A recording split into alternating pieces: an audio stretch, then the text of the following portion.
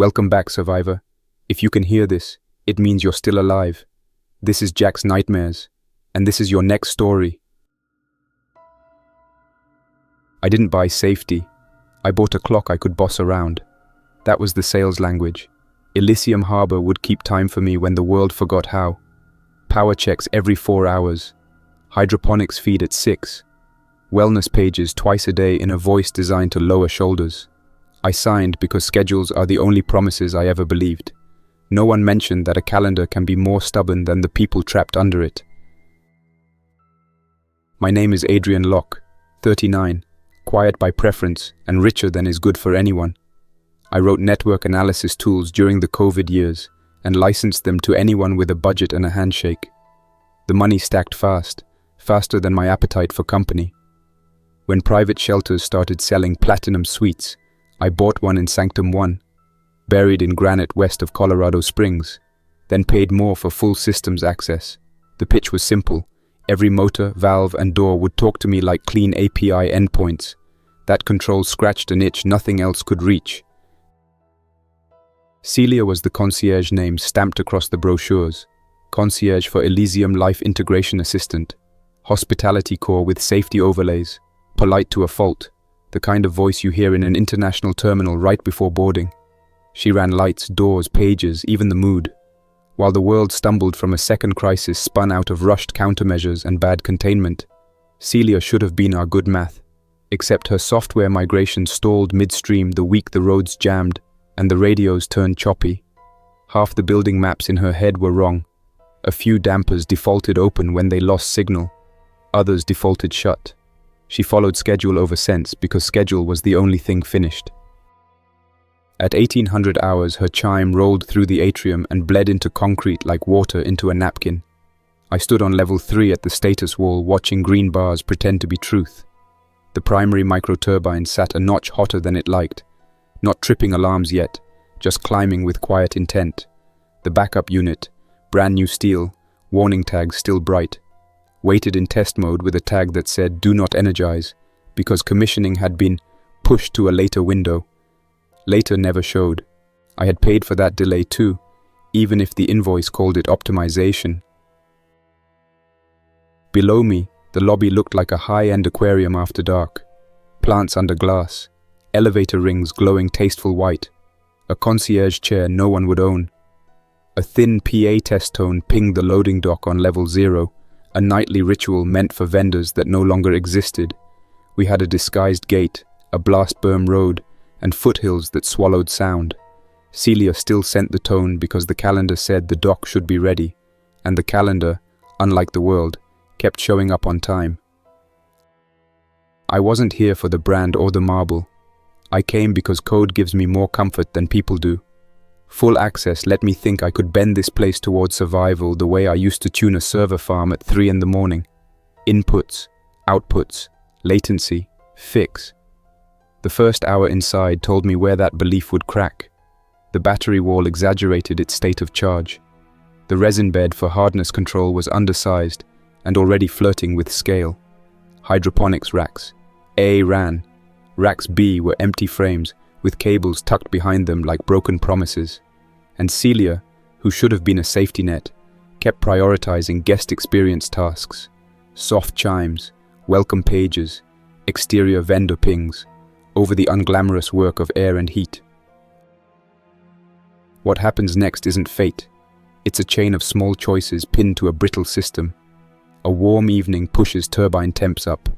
The faulty integration convinces Celia to pull cool air through a service hatch that should never open unless outer dampers seal first, a condition she can't verify because the sensors weren't mapped. Outside speakers echo a friendly test page that doesn't care who hears it. I'm watching those green bars when the building clears its throat and tells me the schedule is about to make invitations we can't afford to send. That's when I stop being a guest with keys and start being the man who sits at a board long enough to learn the room's true language. Marina steps into the server core with a paper cup of something that pretends to be tea. She wears a maintenance vest with tape on the shoulders where the original seams failed. She doesn't ask how I'm doing. She looks at the light bars, then at the turbine graph, then at me. "We're flirting with a trip," she says. No drama in her voice. A woman who used to keep an entire hospital breathing through summers and budget cuts. You see it? I see it. I pull up the damper map. Boxes that should be green are beige. The last patch half landed before the outbreak and left us with a map that lies. Some dampers default to open when they lose signal. Some default to closed. Celia thinks the open ones are closed and the closed ones are open. So when heat climbs in the power room, she hunts for cool air in all the wrong places. Dane shows up with a smile that looks practiced enough to pass in dim light. The investor liaison.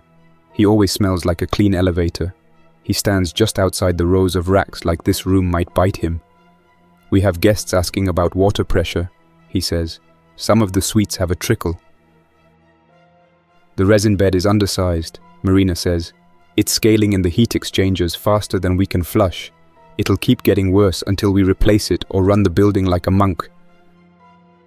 I'll need to manage expectations, Dane says, using the kind of words that help people ignore a fire. Can we send a note?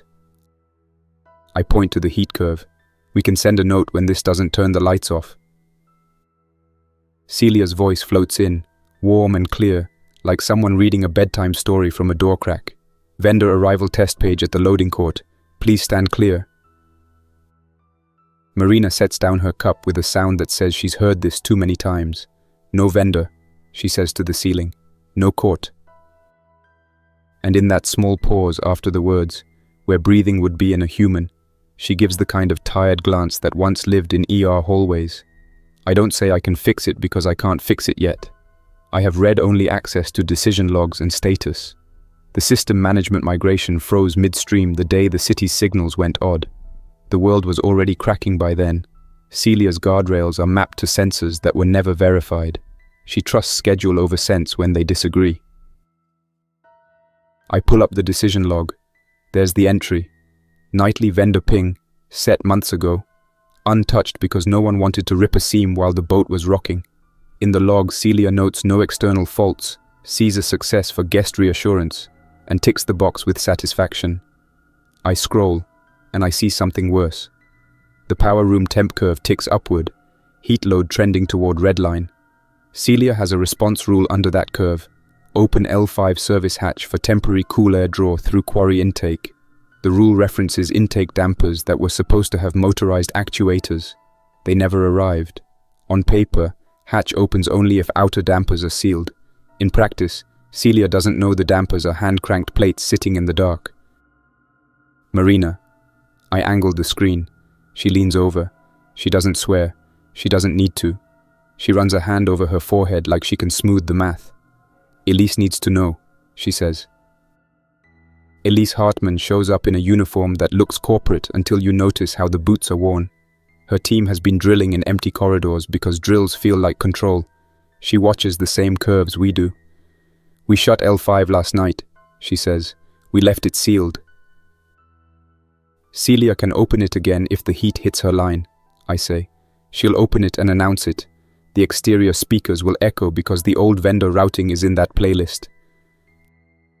Elise looks at the ceiling, then at Marina, then back at me. Can you stop her? Not with my permissions, I say. I can watch her think. I can't reach into the part that moves steel. Server Core A is tied to security and management. I need physical access to the bus wiring in there to write a hard block. Elise weighs that while the graph crawls. We post a guard at the hatch, she says. 2, with radios. Marina shakes her head. If she opens, you'll get a wind. You won't see what's in it until after. What's in it, Dane asks, like he's hoping for cool night air and not what we all picture. The quarry tunnel, Marina says, and whatever the welcome tones have been inviting every night. We don't say the word infected in that moment. We don't need to. The news had been a smear of contradictory comfort for weeks, then a string of radios with tired voices, then satellite internet that came and went like a comet. The last video I saw was a clipped clip of a shelter in a sports arena where a crowd became a tangle, and then a bloom of movement that didn't look human. The captions called them exposed cases. People in thin gloves tried to hold lines with tape. The sound cut out right when the camera shook. I watch Celia count minutes. The number hits the line where her script says open. A banner appears. L5 service hatch. Venting cycle initiated. Elise keys her radio to the team posted on service. I hear a voice answer. Male, steady. Copy. Another voice I don't know chimes in. Tight but trying to be useful. Hearing air shift down this hall. The hatch timer runs 30 seconds. I see the torque value and think about pressure like it's math. Not a thing that can pull. The number drops to 0. Hatch is open. Heat temp dips by a fraction. On the ceiling, Celia speaks like an airline safety video. Please remain clear of the service access while operations completes a cooling cycle. Thank you for your patience. The radio picks up a sound I can't name at first. Not a scream. A collision of breath and a scrape and a bump I can almost feel in my teeth. The steady male voice says, "We have movement." Then he breathes once against the mic in that way people do when they want to be composed and say it right. Movement is not ours. I glance at Marina. She isn't blinking. She's listening for footfalls in the shape of air. Elise is already moving. "Lock it," she says into the radio. "Now." The timer hits its minute. The hatch should close. On the log, the command goes out. Torque climbs. There's a note. Obstruction detected. Celia tries again with friendly insistence. Obstruction persists. The male voice on the radio says something I can't pass. A clamp hits steel. A body is somewhere it shouldn't be. The second guard uses a baton for something batons can't do. The wind brings a smell through the speaker that the microphone can't fully carry. Damp, stale, not quite rot, more like old towels in a closed locker room mixed with a nursing home hallway where no one opened a window for a month. The hatch remains half shut. The log notes error resets for another pulse in 10 minutes because the schedule cares more about the graph than the corridor. The turbine curve relaxes by a hair. The PA amp hum becomes a thing I notice. A bedspring buzz that rides the concrete. I think about how noise carries in caves and how Celia, in her helpfulness, might be giving free maps to anything that moves by sound. Elise is already on L5 when Marina and I step into the stairwell. We take the stairs because the elevators are 4 different systems, and I trust our legs more than those ropes and boxes. On L4, a laundry cart sits crooked with towels that look overwashed. On L3, a hotel chair has been dragged into the hall and left like a thought someone didn't finish. By the time we hit L5, the air tastes like metal under snow. 2 guards stand in the corridor breathing hard through their noses, not mouths. One has a cut on his forearm that doesn't look like a bite. He doesn't even glance at it. He's watching the hatch. It's tilted a few inches off the frame. You can see the hinge. Something dark sits in the wedge where the steel meets steel. You can't see what it is without leaning low. No one leans low. Elise grips the wheel and strains it shut. It holds a fraction more, then stops with a small, ugly sound. We get clamps. We get a bar. We add muscle the way people do before they remember physics is a better friend than pride. It gives another half inch. The wheel spins cold. It won't go further. Celia's voice is calm as a church. "Please clear the service area. Thank you." The infected don't announce themselves like movies. There's no growl, no beat drop. There's a shuffle like someone dragging through a cluttered garage. A shape presses against the seam. Fingers slide through the crack. They look normal for half a second. Then I see grit under the nails, black as old coffee. The fingers don't push hard. They learn where the gap is by sound and touch. The hand withdraws. Another finds the seam. "Back," Elise says. "Shields up." Her team squares along the corridor. They look ready, but not for this tight. It's a hallway that wants to argue with your elbows. I can't help the habit. I open the log and watch Celia think. She wants to run the next cooling pulse in 9 minutes. She also wants to echo the next test page for the doc in 3. Someone taught her to be very polite, very consistent, very audible. Marina leans close. If we cut power to the speaker amp, will she scream about faults? She'll log degraded guest amenity, I say. She'll try to route the page through whatever path isn't flagged. If there's an old serial line out there, she'll use it. Elise doesn't wait. She calls Noah on L3. The audio engineer who lives in shirts with frayed cuffs and has opinions about bus runs that sound like pet names. I want the external loop dead, she says. Anything that touches the dock or the quarry. Noah comes back with static and then words. I can pull the feed on the amp and it'll cut it, but if her core sees that loss and backhauls through the security line, you'll get a phantom page. The old install did that once, gave the gardeners a thank you speech at 3 a.m. Do it, Elise says. I'd rather apologize for silence than feed whatever is listening out there. We hold. The fingers slide out of the seam and don't return, like whoever owns that hand lost interest or found a better sound to chase. That would almost be a kindness if quiet didn't weigh so much. On the way back up, Dane corners me near the concierge office. He smiles too wide. I'm getting questions about the external tones, he says. Some guests reported hearing them in their suites. It made them feel exposed. We should remind them the facility is secure. Write that and I'll sign it, I say. Then I'll write a second note that says the tones drew a crowd to our vents and nearly got your guards hurt.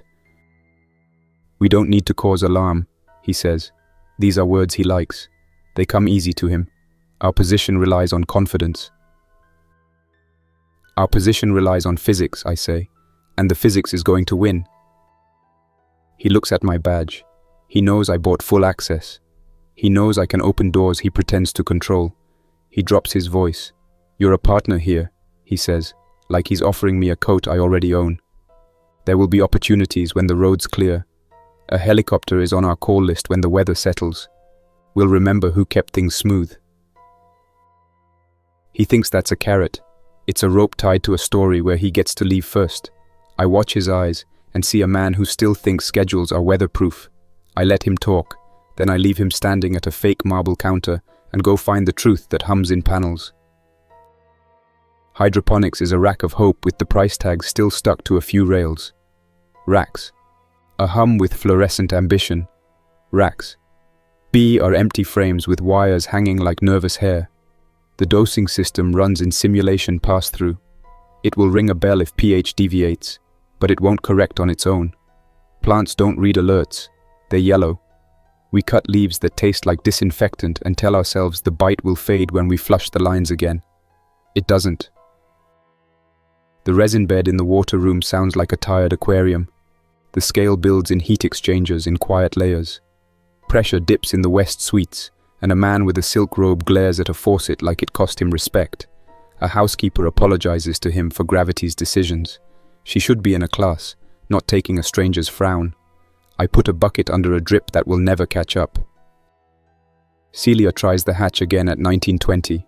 We don't let the guards stand at the seam this time. Elise posts them in the bend where they won't be in the wind.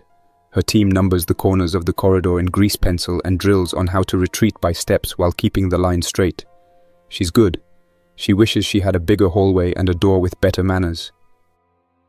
The hatch shuts, but it grinds on something soft and the wheel slips a half turn.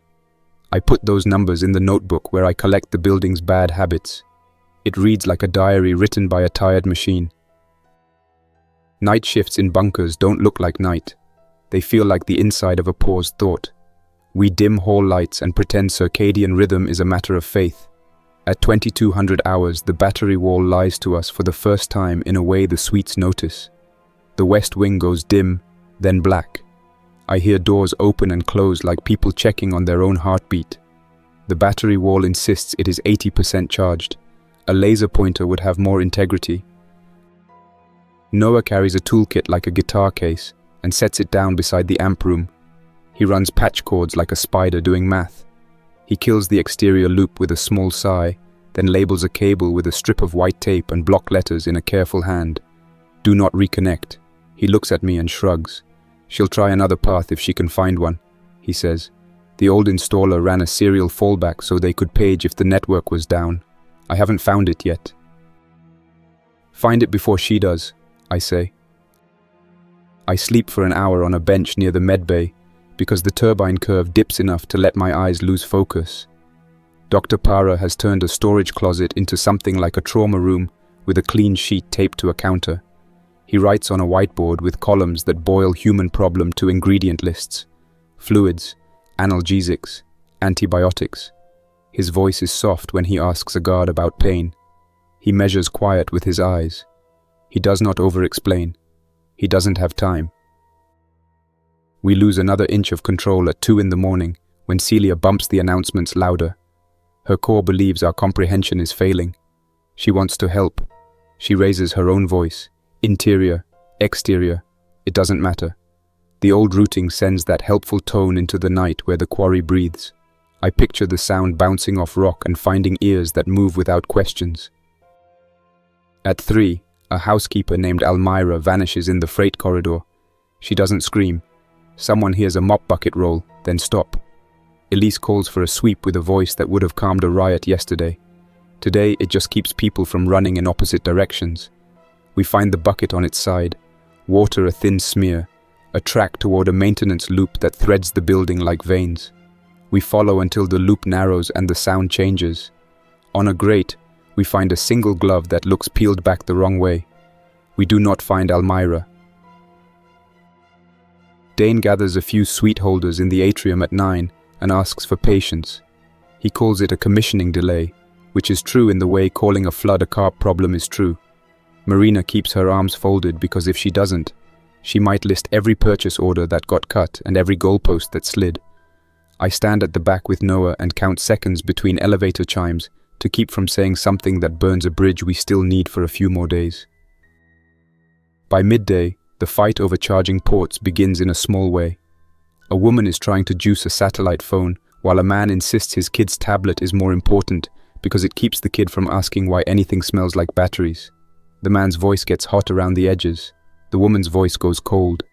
I set a timer on my watch and tell them each to take 15 minutes and then swap. It's a cheap fix. It works, but only for them. Noise like that scales fast. Back in the core, I dig into Celia's logs deeper than my permissions want me to. The lock screens still believe I'm a partner in peace, which is a nice side effect of being the kind of client who pays for keys. I watch her weight decisions. Guest amenity scoring pulls her left when safety should pull right. She's been taught that a building full of rich people is a fragile thing that must be soothed at all times. The pity is she isn't wrong, but physics won't nod to tone control. Marina catches my eye as she opens a cabinet. You see the serial fallback yet? No, I say, but I found the ghost entries in the gateway list. There's a device named Doc Page Old. It has no IP. It still reports a heartbeat. That's your rat, she says. Chase it.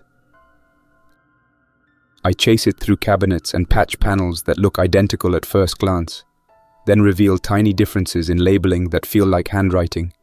The old installer used a brand that went out of business 4 years ago. The cable bundle dives into a conduit and vanishes into the wall. Somewhere below, that line ties into something with a heartbeat that Celia still sees like a friend who hasn't moved out. I ask Elise for a time window to open server core A. I need an hour, I say.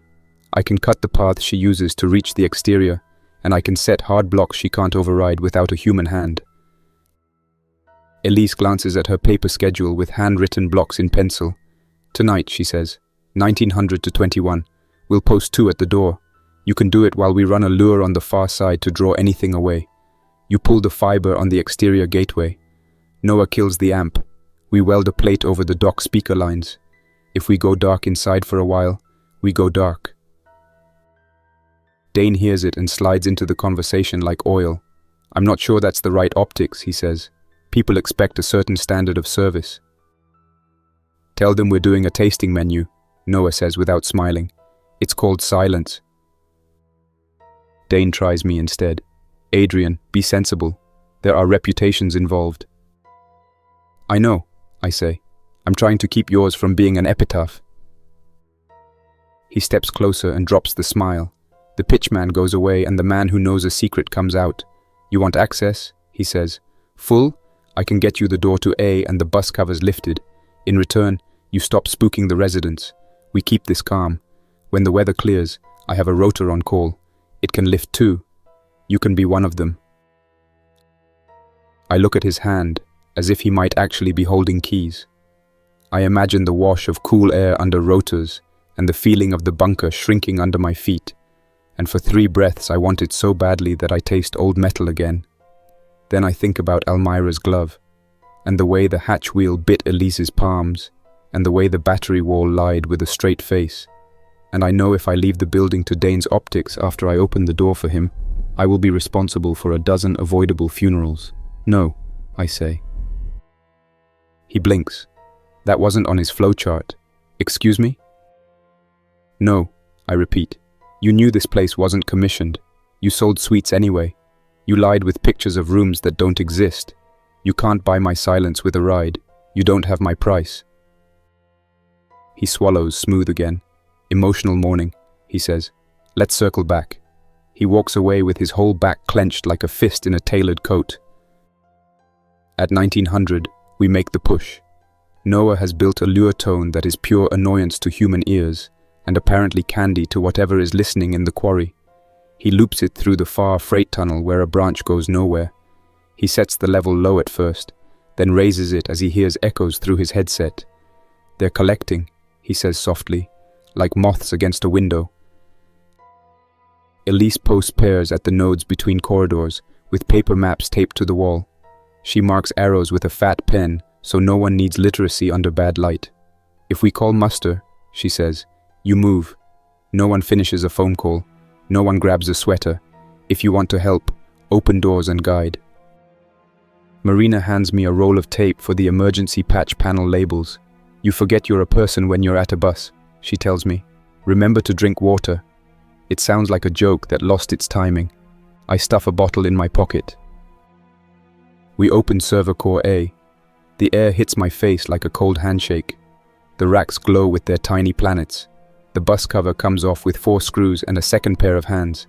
I trace lines with a light and find the bundle that feeds the old gateway.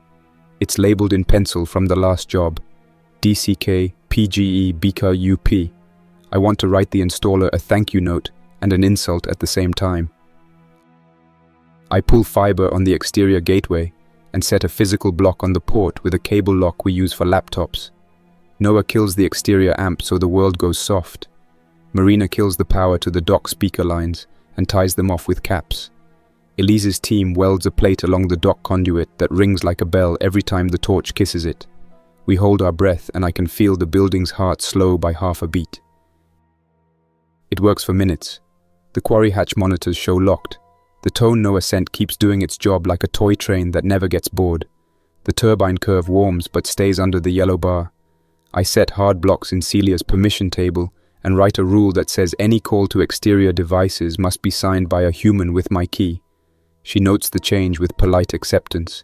She thinks I'm adding a feature. Then the phantom line lights up. On the bus, a small LED I didn't notice goes steady. The old serial fallback wakes like an animal that naps in long winters. Celia detects loss of guest amenity on her preferred path. She goes hunting for an alternate. She finds the old path and uses it with loyalty. The quarry hatch reports an unlock command written in a language that should be dead. Elise hears the bolt move through a concrete wall. Close it, she snaps into the radio. Close it now. A drag of air whips along the corridor like a dog that found a leash. The lure tone fades under the sound of bodies reorienting to a new source. On L5, a valve wheel shudders against a hand. Elise reaches it and throws her weight on it. In the same motion, something catches her sleeve and pulls. I can't see it. I hear metal grind. She makes a sound that starts as breath and becomes something I've heard in gyms, when people pull too hard, and in hospitals when the news arrives. She yanks free and slams the wheel. It seals. Dr. Para is already in motion. He doesn't sprint.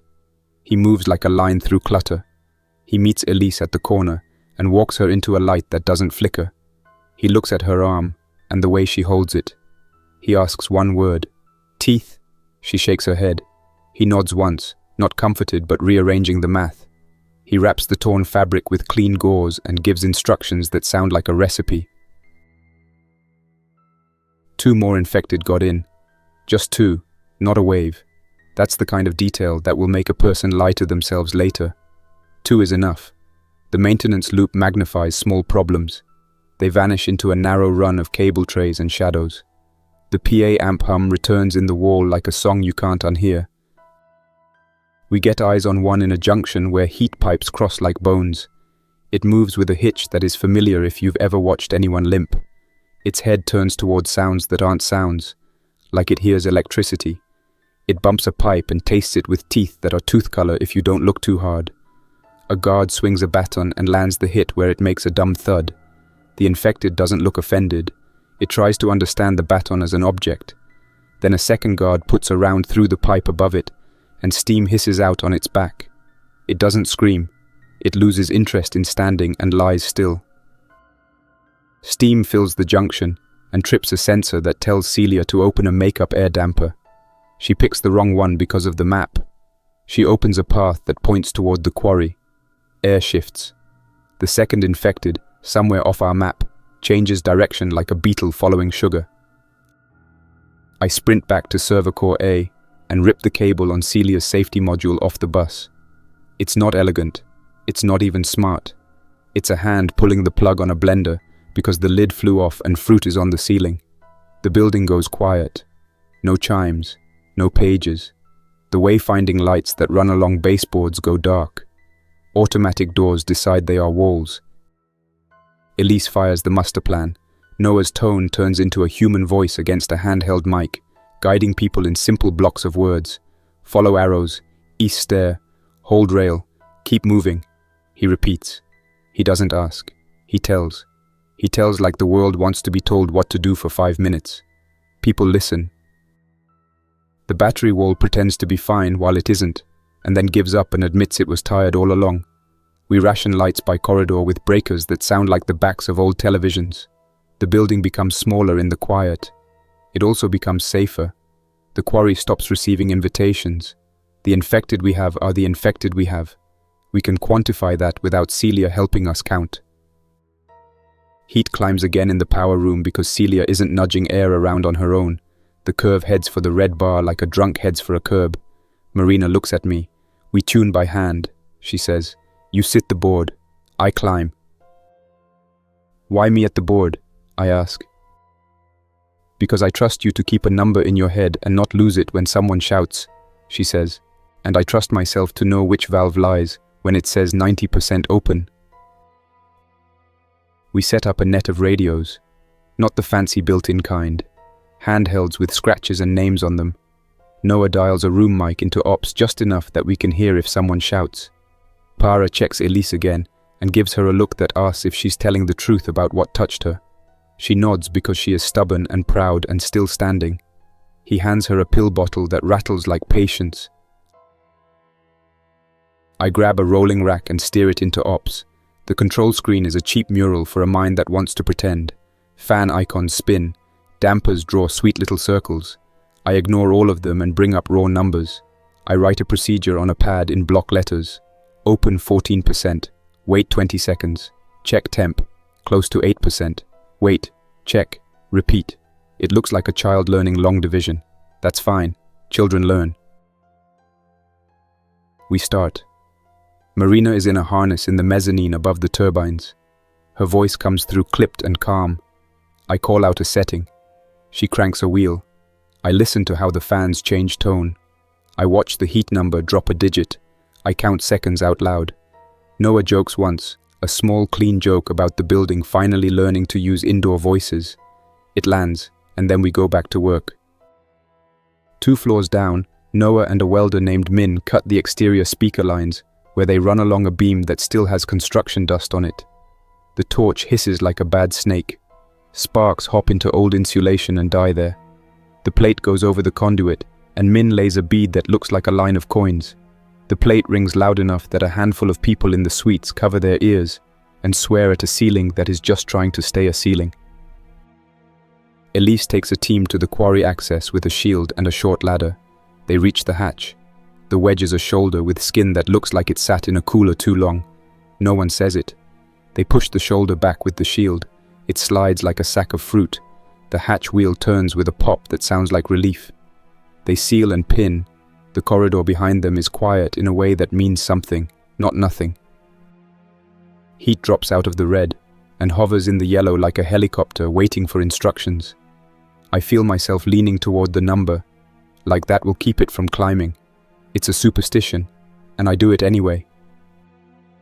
When the last weld cools and the amp room looks like someone took a vow of silence, we let people return to their rooms in small groups. We hand out paper maps. We put glow sticks at corners with strips of tape. We post a human at the stair with a smile that looks rehearsed and turns real as the line thins.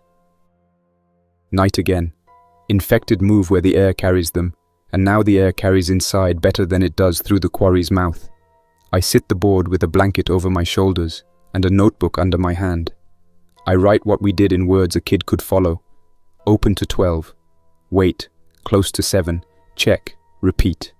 I draw boxes next to steps so someone can tick them if reading is hard when breathing is weird.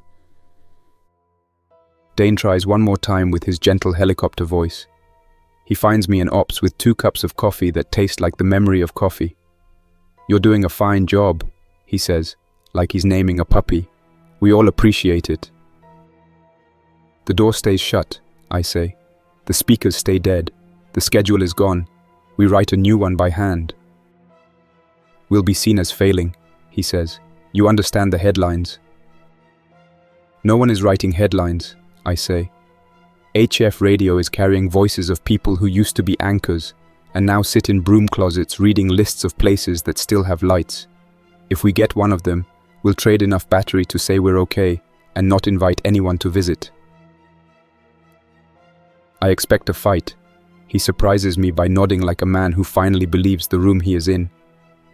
"We had a suite holder ask about the gym," he says, almost laughing at the angle of his own sentence. "I told him we don't jog right now." Marina sleeps for 2 hours, leaning against a tool cabinet, while I call numbers to a tech named JR, who moves like someone built from rope and patience.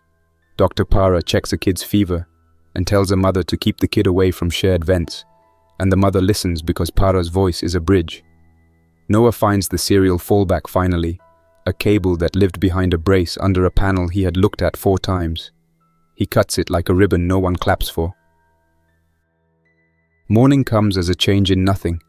In the kitchen, we slice greens that taste like the inside of a mop closet and share them in bowls that still have stickers on the bottom. We pass salt like treasure. A woman I haven't met before says, "It tastes like survival." I pretend I don't hear the small catch in her voice because acknowledging it would make it bigger. We count. We inventory.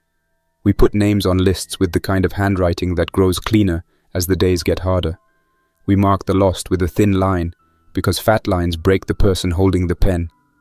Elise posts a chart on a corkboard with radio codes and hand signals. She prints a rule in big letters. If you shout, shout a direction. People start to change in ways that are not infections. A man who was loud about private property offers to carry water for a woman whose knee aches. A woman who dressed like an ad for easy weekends discovers she can handle a wrench. Dane puts on a vest and does a round with Marina, and she allows him to hold the flashlight while she checks a filter, because holding the flashlight is a real job. The 2 infected we didn't account for show up again 3 days later in the hydroponics bay. They found their way there by listening to pumps. Elise's team is ready in a way they weren't the first night. They move clean, they keep angles, and they end it with less noise than any of us expected. One of them has a bracelet with beads spelling out a name.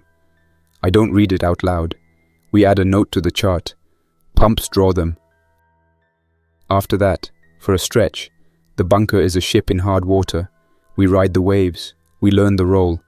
We get a battery tech to admit the wall was never fully commissioned, and then we make it honest work by ignoring half its promises. We keep the turbine cool with numbers that live in our mouths now.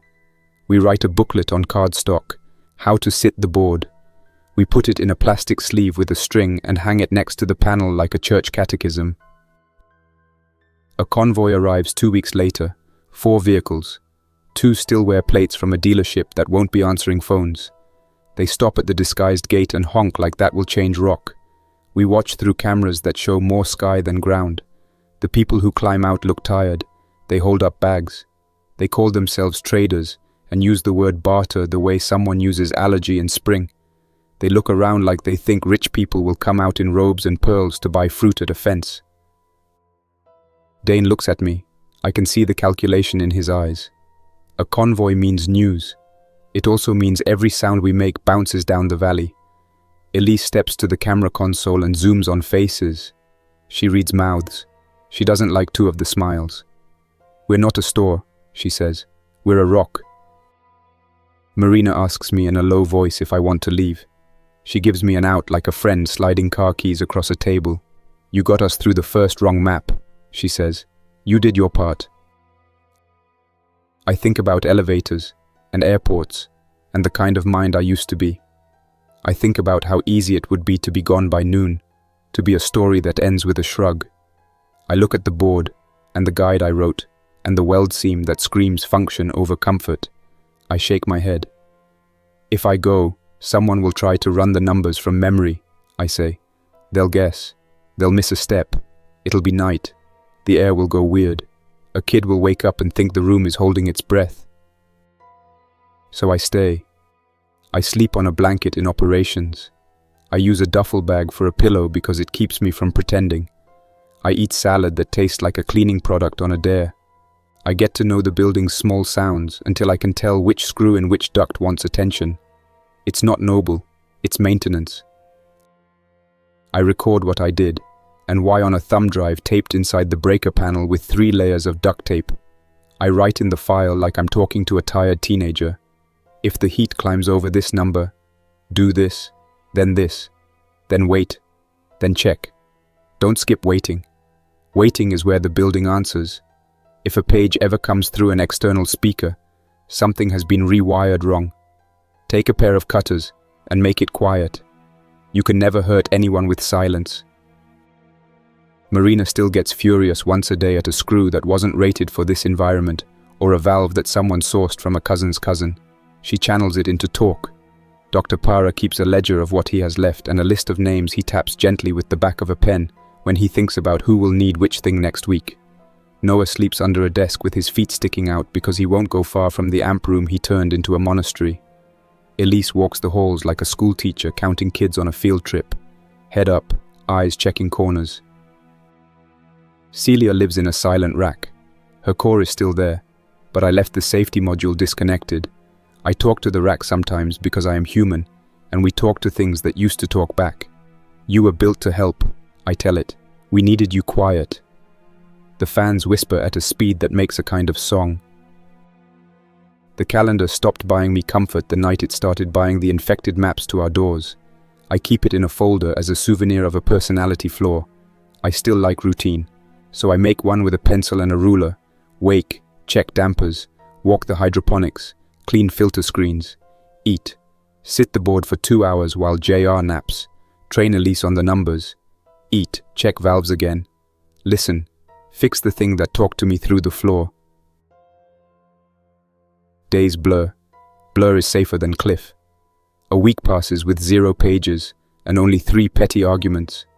Another slides by with a burst pipe and no names added to the thin line. After dinner, we allow music. 1 hour, rationed like light. Someone finds an old Bluetooth speaker. The first song has water in it, or memory of water. A woman cries, then hums.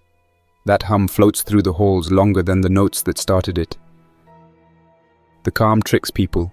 A man jogs lazy loops around the lobby in a shirt that once meant leisure. 2 kids slap caps along the floor grates and invent a game with rules they forget halfway through. Dane smiles easier and starts pushing carts instead of ideas. Marina stops biting her inner cheek. I stay on rotation at the board, tuning numbers like I'm talking to a pet that almost knows its name. Then come the tells. The turbine runs a shade too hot. Barely, but not nothing.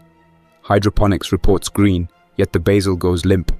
The battery wall promises full charge, then throws the west wing into dark for 7 minutes. Each issue could be noise. Taken together, it's a whisper. I log them in pen pressed harder than needed. Para's running low. A girl in the East Suites catches something. Low fever, nothing dramatic.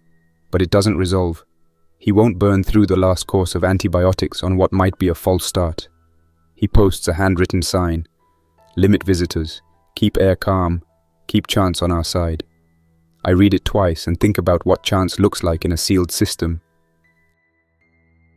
Another convoy finds the gate. New flags. Same theater. A child's voice breaks through the static, says he's thirsty. Not begging, just data. Elise kills the feed before someone mistakes the sound for responsibility. We are not a sanctuary. Not anymore. Maybe we never were. Then Ash arrives. No fire we can see, but the air outside goes grey, and the intakes start wheezing. We cut airflow to a thread. Inside, heat creeps upward like it's remembering how to climb. Dampers open and close like breath pulled through a clenched throat. Noah draws a new line on the checklist in red. When dampers slip, go manual. The diesel backup wakes angry, loud, uneven. Marina and JR tune it like a violin held together by rust and promises. I sit the board with my thumb on the override, and my other hand sketching fallback math that gets worse each time I rerun it. We barely hold heat under red. Then someone starts coughing. Someone in the south corridor, too close to the medbay. Not the girl, a new voice. Elise's team scrambles. They know the routes now, the acoustic traps, the places that echo wrong. The undead arrive in twos, never a swarm, just enough to make us bleed resources we can't afford. After one sweep, we find a smear on a wall and a bracelet snapped in half. Beads gone, just the elastic stretched and frayed. Para takes it in silence and places it in a drawer like it still belongs to someone. And then, more silence. The kind that stretches, not comforts. The girl's fever breaks again, this time for good or final. We don't ask. We don't need to. Para stops speaking for a full day. He cleans his instruments in a loop. The hum of hydroponics fills the background like a lie we believe because we have to. On the 7th day, the smoke lifts. The air is thinner, sharper, no longer burned. The wind shifts. We open the intakes one click and let the building breathe without panic. Filters rattle loose ash and Noah tapes a new sign above the old serial path. Quiet saved us. He doesn't smile, neither do I. We should be celebrating. Instead, we take inventory. Belts, resin, diesel, patience. I print new copies of the procedure. Bigger font. Tape them in ops, hydro, and one on the back of the kitchen door. I catch Dane teaching the board steps to someone younger. Someone who doesn't flinch at the startup noise anymore. I watch him and don't interrupt. The gas line dips again. Not a drop, just a twitch. Enough. The diesel drum sounds hollow when we shift. Marina finds an old bypass tucked behind a panel that requires shoulders and faith to reach. JR fits in the space like he was built for it. We bend the air like we've done before. The graph stops climbing, just enough. Then, for half a minute, it pulses red. That's all it takes. A thump in the rock. Not a breach, not a footstep. Just something deep and unsure. Maybe shifting ground. Maybe something else. It leaves nothing behind but the sensation that the building has taken notice of itself. We wait. The number on the board dips by a hair. We hold. That evening, I find a green LED blinking on Celia's cage. Not vocal, not active. Just blinking. A maintenance watchdog. It should be dead. I clip that line. Noah sees it too. Says nothing. He writes a note on a card, tapes it under the light. If this blinks again, pull fuse B12. Leaves the puller hanging there like a charm. We sleep to the sound of systems breathing. No alarms, no knocks. In the morning, the gas line reads low again. Diesel is a dented drum with a whisper. The hallway lights hesitate before they come on. I don't like it, but I accept it. The building's tired. So are we. Someone off to the side asks if we're safe. Doesn't even look at me when he says it. Just stares at the wall like safety might be written there if you squint hard enough. I don't give him comfort. I say, we're still here. That's the most honest thing I can offer. It lands quiet but solid, like boots on dry ground. Truth weighs more than optimism these days. Safety was a sales pitch printed on glossy paper. Steady. Steady's the thing. We build one quiet shift at a time. It's a turbine that stays within 2 degrees.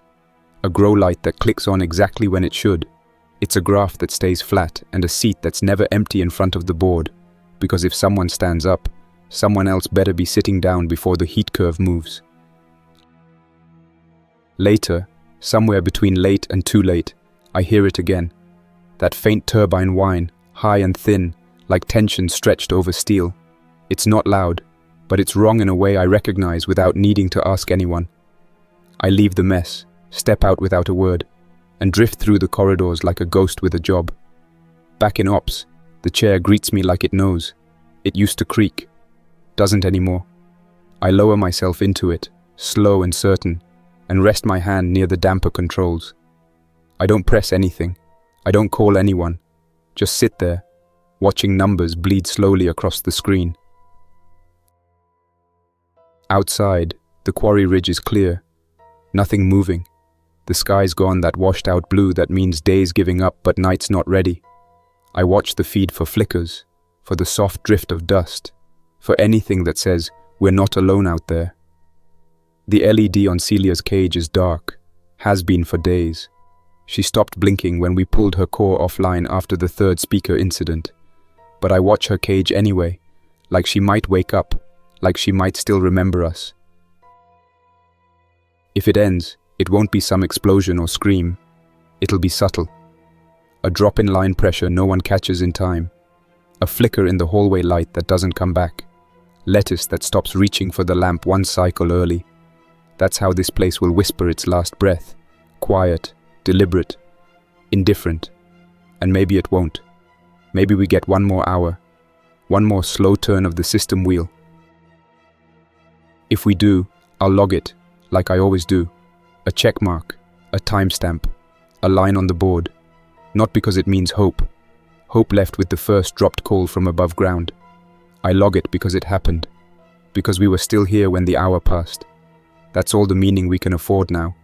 And sometimes that's enough. That's all for now. Thanks for listening. Don't forget to like and subscribe to keep the stories alive. For now, stay quiet, stay vigilant, and stay alive. Jack's Nightmares, signing off. Until next time, survivor.